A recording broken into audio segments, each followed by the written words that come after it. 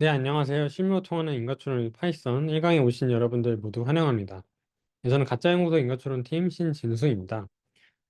지난번 OT 때 설명드렸던 것처럼 이번 주부터 1강부터는 인가초론에 대한 기본적인 내용을 학습하게 될 예정이에요. 인가초론에 대해서 여러분들이 가장 기본적인 내용을 학습하게 될 예정인데요. 지난번에 말씀드렸던 것처럼 이 번역서는 잠재 결과 프레임워크로 쓰여진 책이에요. 그 잠재 결과 프레임워크 위주로 쓰여진 책이다 보니까 여러분들이 일장에 나오는 인과 추론에 대한 근본적인 문제, 잠재 결과 그리고 인과 추론에 대한 식별 과정을 제대로 이해하고 있지 못하신다면 이후에 배우게 될 인과 추론에 대한 여러 방법론들에 대해서 좀 학습에 어려움이 있으실 수도 있어요. 그렇기 때문에 이번 1강에 나오는 내용을 충분히 학습하시고 숙지하시고 이후에 챕터를 학습하시는 것을 권장드립니다. 본격적으로 1강을 소개하기 전에 여러분들께 인가추론 행사에 대한 몇 가지 좋은 소식을 좀 들려드리고자 해요. 첫 번째로 인가추론 워크숍입니다. 매년 여러분들이 박지용 교수님을 통해서 뭐 보셨던 것처럼 매년 기획을 해주고 계세요. 네, 올해는 좀 특별하게 박지용 교수님 리드 하에 저와 네이버 최부경 님이 함께 2024 여름 인가추론 워크숍을 함께 기획을 하게 되었습니다. 이번 워크숍의 주제는 실무를 위한 인가 추론이에요. 그래서 이 실무자인 여러분들이 뭐 인가 추론 분석 사례뿐만 아니라 A/B 테스트, 그리고 온라인 실험 플랫폼을 어떻게 구축하셨는지, 그리고 여러분들 회사에서는 데이터 드리븐한 의사결정을 어떻게 하시는지, 뭐 그에 따른 조직 문화가 어떻게 흘러가는지 여러분들이 직접 이 세미나, 이 워크숍 연사자로 참여를 하셔서 여러분들의 이야기를 들려주셨으면 좋을 것 같아요. 그래서 이 연사자 모집은 다음 주 일요일 5월 26일에 마감이 됩니다.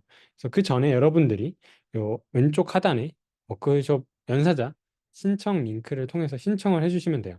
그래서 선 지원 후 고민을 해주시는 걸 네, 추천을 드립니다.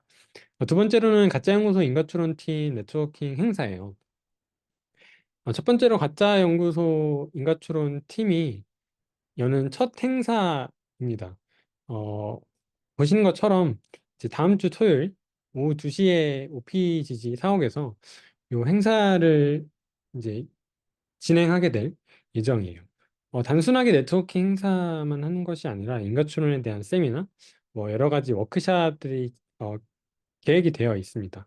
그래서 인가추론과 실험에 대해서 여러분들이 관심이 있으시다면 왼쪽 하단에 이 행사 신청 링크를 통해서 신청을 해주시면 좋을 것 같습니다. 여러분들은 5월 20일, 25일 토요일에 뵐 수 있었으면 참 좋을 것 같아요. 제가 간단하게 인가추론 워크샵, 이제 인가추론에 대한 행사에 대해서 짧게 소개를 드렸으니 이제 본격적으로 1강에 대한 내용을 여러분들께 말씀드리고자 합니다. 1강의 내용은 인가추론이 무엇인지, 그리고 인가추론의 기초, 인가추론의 목적, 그리고 마지막으로는 가격 할인과 인가추론에 대해서 설명을 드리고자 해요.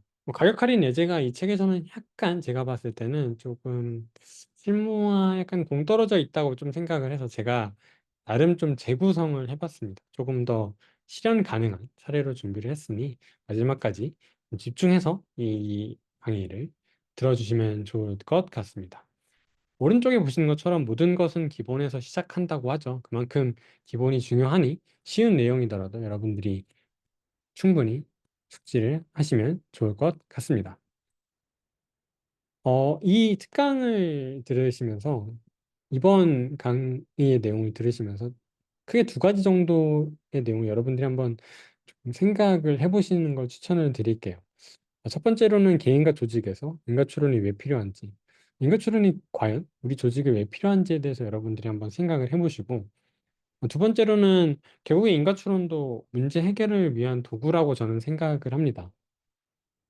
그렇기 때문에 실무에서 문제 해결을 위해 인가 추론을 어떻게 활용할 수 있을지에 대한 여러분들의 프레임워크를 한번 스스로 짜보시는 걸 네, 추천을 드릴게요. 그래서 이 두 가지 정도의 조금 내용들을 여러분들이 머릿속에 기억하고 계셨다가 이번 특강이 끝나시면 여러분들도 한번 좀 재구성을 해보시는 걸 권장드릴게요. 그러면 이제 인가 추론이 무엇인지에 대해서 여러분들과 함께 이야기를 나눠볼게요. 인과추론 하면은 무엇이 여러분들 머릿속에서 떠오르시나요? 저는 크게 두 가지 정도의 이미지가 떠올라서 가져와 봤습니다. 첫 번째 이미지는 뭐 형 때문에 망했어. 두 번째는 간 때문이에요. 공통점이 혹시 보이시나요? 결국에는 원인과 결과를 찾는 저는 행위라고 생각을 합니다. 인과 추론을 자연스럽게 우리는 하고 있는 것이죠. 첫 번째는 원인의 형이에요. 형 때문에 결국엔 결과가 망한 것이죠. 두 번째는 피곤한 간으로 인해서 우리가 피로한 거예요. 피로를 느끼는 이유가 피곤한 간 때문인 것이죠. 어떻게 보면 인과추론이라는 용어는 굉장히 어려울 수 있고 어렵게 들리겠지만 실제로는 우리가 되게 좀 자연스럽게 사고하는 행위 자체가 인과추론이 아닐까라고 생각해서 제가 이런 이미지를 조금 가져와 봤어요. 두 번째로는 이제 제가 챗 GPT한테 너는 어떻게 생각하니라고 한번 물어봤어요. 이 친구는 되게 상세하게 답변을 해주더라고요. 제가 유료 버전을 쓰고 있어서 그런지 모르겠지만 어쨌든 저희가 이후에 배우게 될 인과추론 방법론들에 대해서도 소개를 하고 있고요. 가장 중요한 거는 맨 마지막 두 문단인 것 같아요. 두 문장인데 인과추론은 정책 결정 과정에서도 매우 중요해요. 그러니까 하나의 분야에서만 중요한 게 아니라 여러 분야에서 다양한 분야에서 정확한 결론을 도출하고 최적의 결정을 내리는데 중요한 것이 저는 인과관계를 파악하고 인과를 추론하는 능력이라고 생각을 합니다. 챗GPT도 이렇게 똑같이 생각을 하고 있어요. 그래서 동일하게 챗GPT도 인과 추론에 대해서 무엇이 떠오르냐고 물어봤더니 중요성에 대해서 얘기를 하고 있어요. 세 번째로는 여러분들이 아마 이 얘기를 가장 많이 들어보셨을 거예요. 상관관계는 인과관계가 아니죠.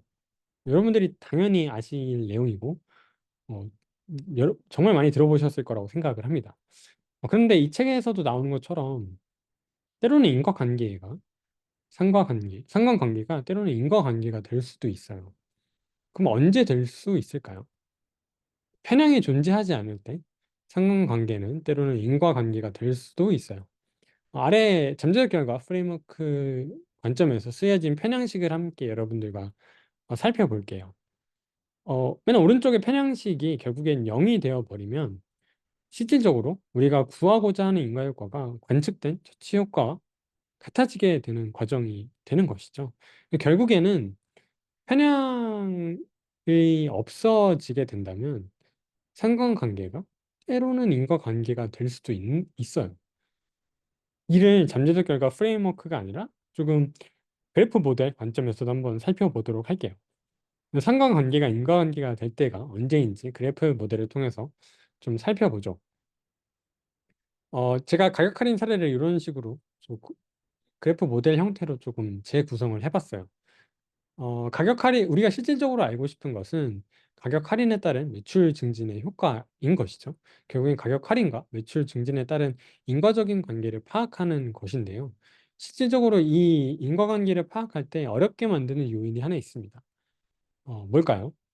여러분들이 가운데 보시는 것처럼 회사 규모예요.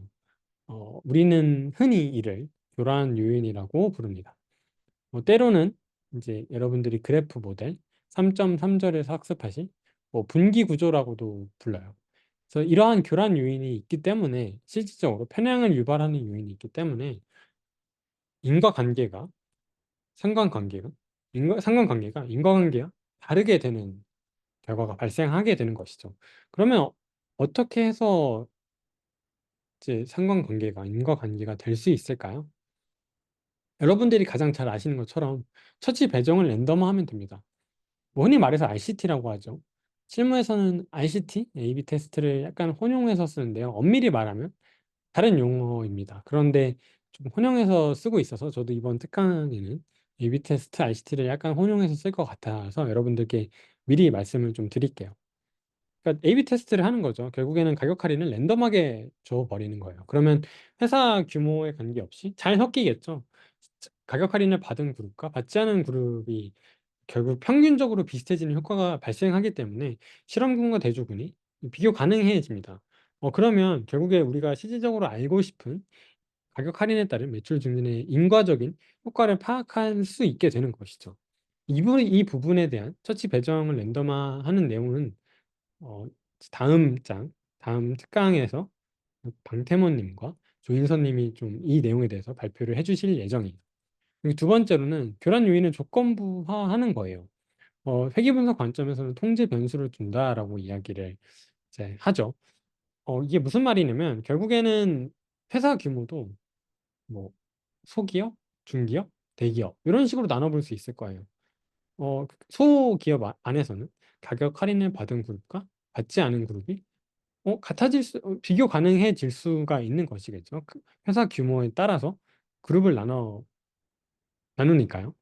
그렇게 되면 실질적으로 그 소기업 안에서 가격 할인에 따른 매출 증진의 인과 효과를 또 파악할 수가 있게 됩니다.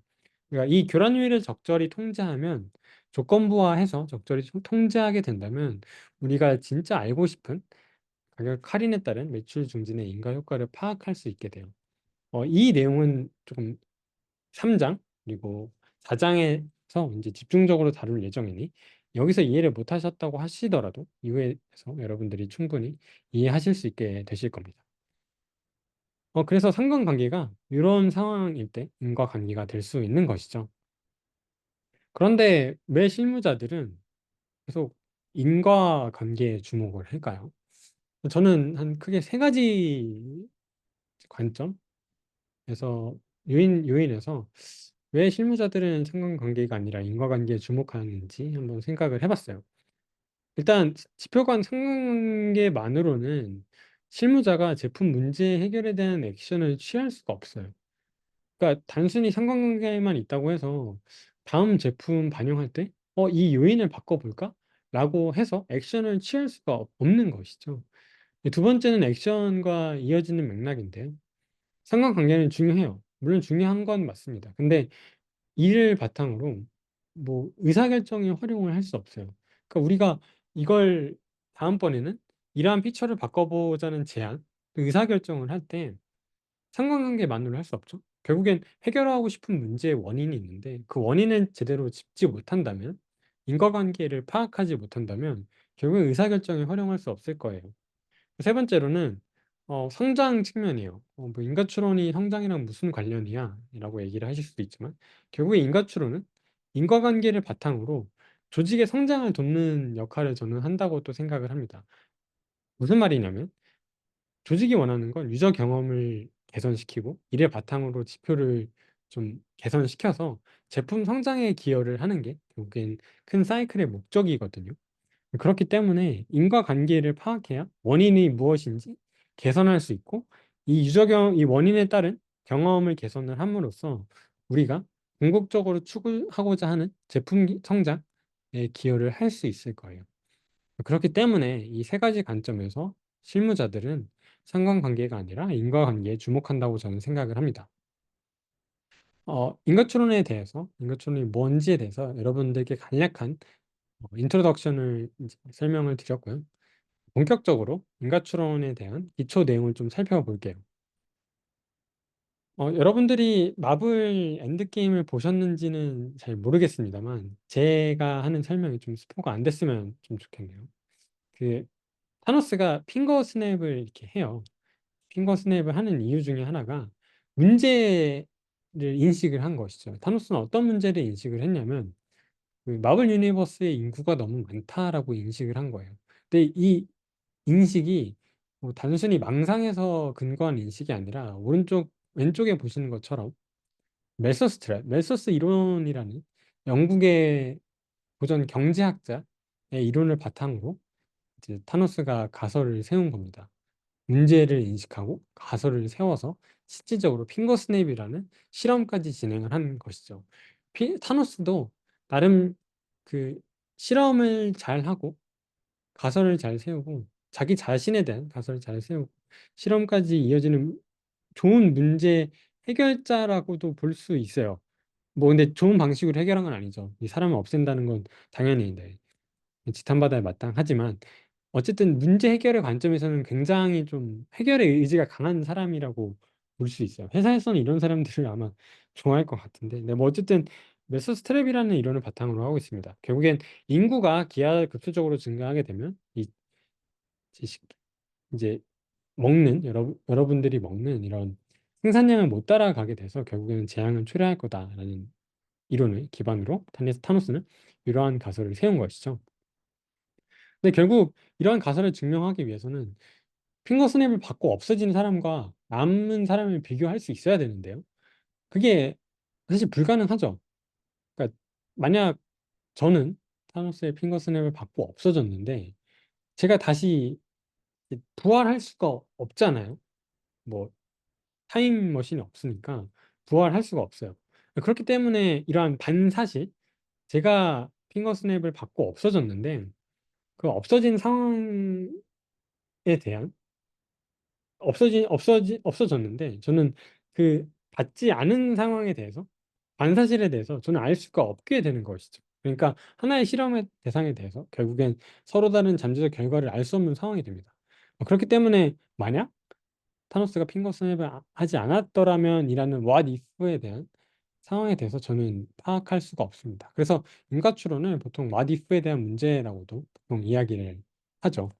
그래서 이 실험을 조금 요약을 해보면 결국 핑거 스냅을 통해서 처치 사망을 랜덤하게 배정을 하는 거예요. 그 실험 대상은 마블 유니버스의 생명체가 되는 것이겠죠. 잠재적 결과는 크게 두 가지예요. 핑거 스냅을 받아서 없어진 이제 실험군들, 영향을 받은 사람들, 핑거 스냅을 받지 않은 편의상 핑거 스냅을 받지 않았다고 제가 표현을 좀 해볼게요. 그래서 핑거 스냅을 받지 않아서 많은 대조군들이 두 가지 잠재적 결과가 나타나게 됩니다. 왼쪽 하단에 여러분들이 그 디드 타노스 킬미라는 재밌는 사이트를 방문해 보시게 되면 여기에 여러분들이 클릭하시면 여러분들이 타노스에 의해서 없어졌는지 생존을 하셨는지를 확인하실 수 있어요.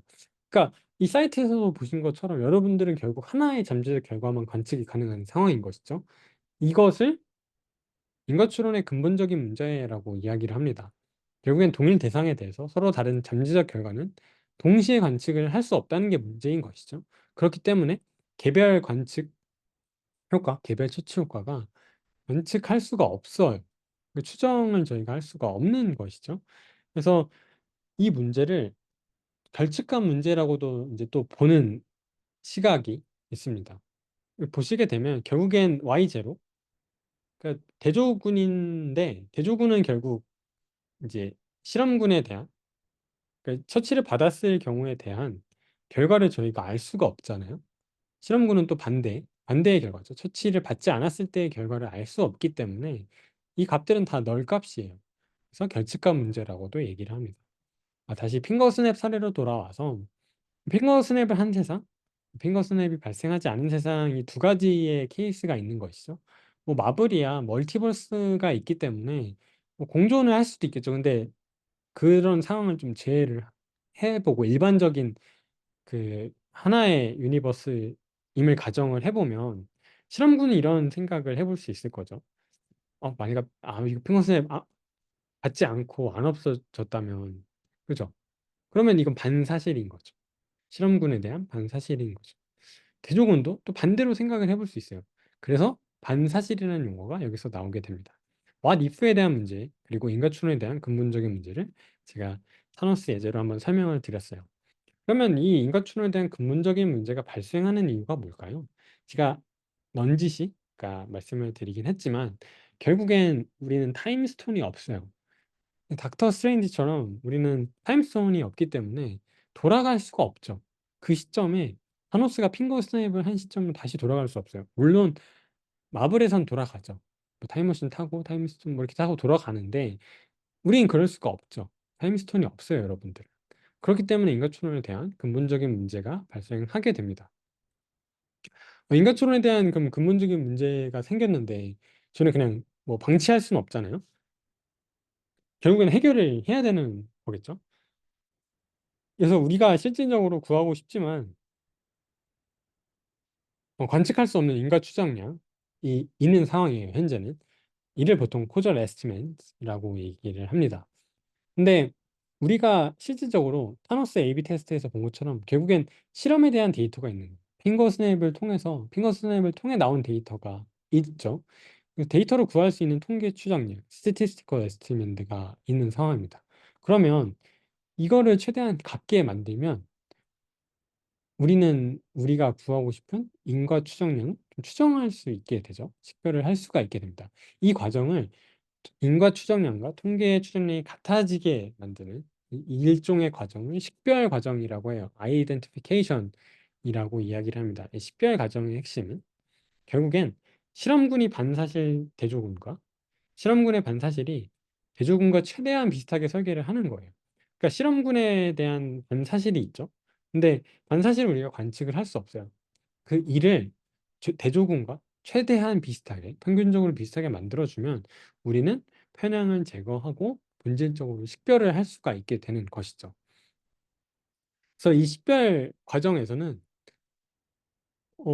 여러 가지 과정들이 필요를 하게 됩니다. 그래서 다시 타노스 예제로 한번 돌아와 볼게요. 여기서는 무작위 배정을 통해서 식별 과정에 대해서 한번 알아보도록 할게요. 첫 번째로 타노스는 실험 대상에 무작위로 처치를 준 거죠. 핑거스냅 날렸을 때 안 날렸을 때. 그래서 이런 처치 배정을 좀 무작위로 한 거예요. 어떻게 보면 저는 무작위라고 생각을 하는데, 네, 무작위라고 생각을 안 하실 수도 있겠지만 여러분들은 근데 이런 프로세스가 랜덤이라고 생각을 해볼게요. 뭐 스파이더맨은 없어졌지만 아이언맨은 살았거든요. 스포이긴 한데 어쨌든 네, 그럼 무작위로 처치 배정을 했다고 네, 생각을 해봅시다. 그러면 이는 결국 실험군과 대조군이 비교 가능해지는 결과입니다. 그렇죠? 이거를 인과추론에 대한 식별 가정의 관점에서 본다면 처치는 잠재적 결과와 독립이라는 거예요. 그러니까 처치가 잠재적 결과에 어떤 영향을 주지도 않는 상황이 돼버린 것이죠. 왜냐면 무작위 배정을 했기 때문에요. 그래서 이를 보통 뭐 독립성 가정, 그 실험군과 대조군이 비교 가능, 교환 가능하기 때문에 뭐 교환 가능성이라고도 많이 이야기를 합니다. 두 번째로 저희가 좀 확인해 볼 가정은 SUTBA 가정이라고 해요. 제가 이걸 발음을 어떻게 해야 되는지는 잘 모르겠는데 혹시 발음을 아시면 저한테 알려주시면 좋을 것 같습니다. 1.4.7절에 나오는 내용이에요. 인과추론 식별 과정에 있어서 핵심적인 과정입니다. 그 이유 중 하나는 이 과정은 크게 두 가지 과정을 포괄하고 있어요. 상호 간섭 없음, no interference, 그 다음에 일치성, consistency 과정을 포함하고 있는 과정이라고 여러분들이 확인을 해주시면 됩니다. 이 책에서는 조금 나눠서 쓰고 있어요. 그러니까 상호 간섭 없음과 일치성 과정을 포함하는 게 SUTBA 과정이라고 하지는 않는데요. 여기서는 원래는 원래는 SUTBA 과정이 상호 간섭 없음과 일치성 과정을 보통 포함하는 과정이라고 이해를 해주시면 됩니다. 상호 간섭 없음 과정은 여러 형태의 핑거 스냅이 존재하지 않는다는 것이죠. 그러니까 타노스가 한 번만 이렇게 딱 한 거잖아요.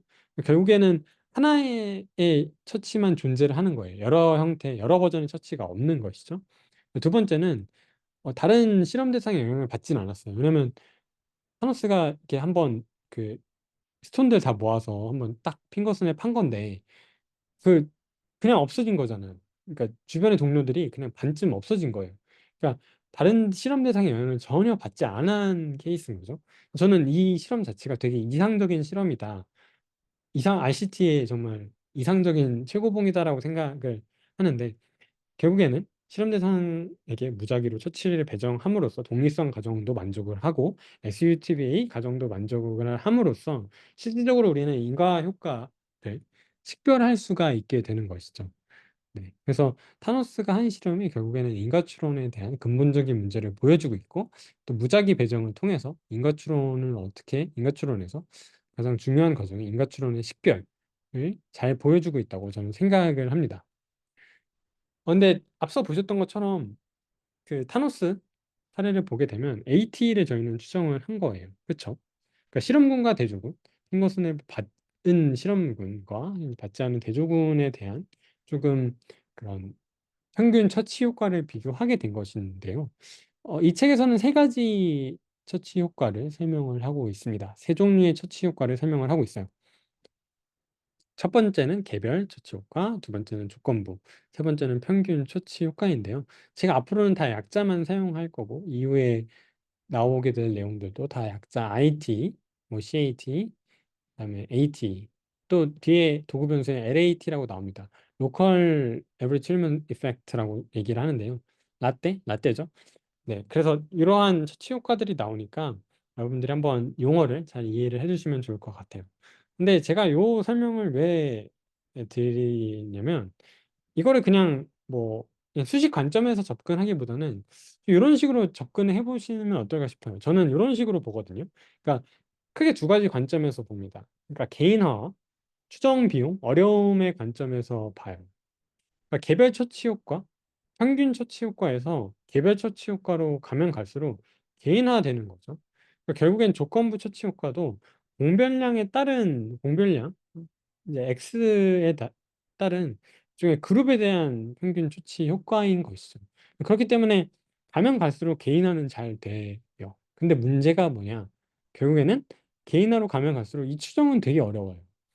앞서 말씀드렸던 것처럼 인과 추론에 대한 근본적인 문제가 있죠. 그렇기 때문에 개별 처치 효과는 실질적으로 사실은 추정하기가 매우 어렵습니다. 그리고 실무자 관점에서 A/B 테스트를 하는 이유 중에 하나가 저는 이거라고 생각을 하는데요. 실험군과 대조군을 일단 기본적으로 많이 나누죠. 그 이유 중에 하나는 이렇게 세분화된 그룹으로 여러 개의 세분화된 그룹 또는 개별하게 실험을 하기 위해서는 굉장히 많은 비용과 리소스가 들어가게 됩니다.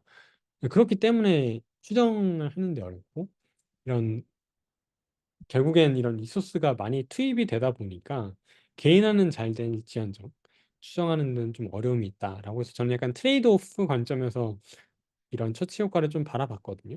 그래서 여러분들도 이러한 관점에서 한번 보시면 어떨까라고 해서 제가 다양한 처치 효과에 대해서 간단하게 좀 설명을 드렸습니다. 어, 인과 추론에 대한 이제 기초적인 내용을 이제 조금 마무리를 좀 해보고자 해요. 그래서 요약을 하면 인과 추론은 왜 가정이 동반될까요? 인과 효과를 결국엔 식별하고자 하기 때문에 여러 가지 가정을 저희가 동반을 하게 됩니다. 또한 결국엔 가정을 쓰는 이유는 확률에서도 여러한 가정을 쓰게 되죠. 확률 분포에 대한 가정도 하게 되고 그런데 인과 추론의 가정이 동반되는 이유 중에 또 다른 하나는 데이터 생성 과정을 또 표현할 수 있기 때문이에요. 가정으로. 처치 배정 과정을 저희가 가정으로 표현할 수 있었죠.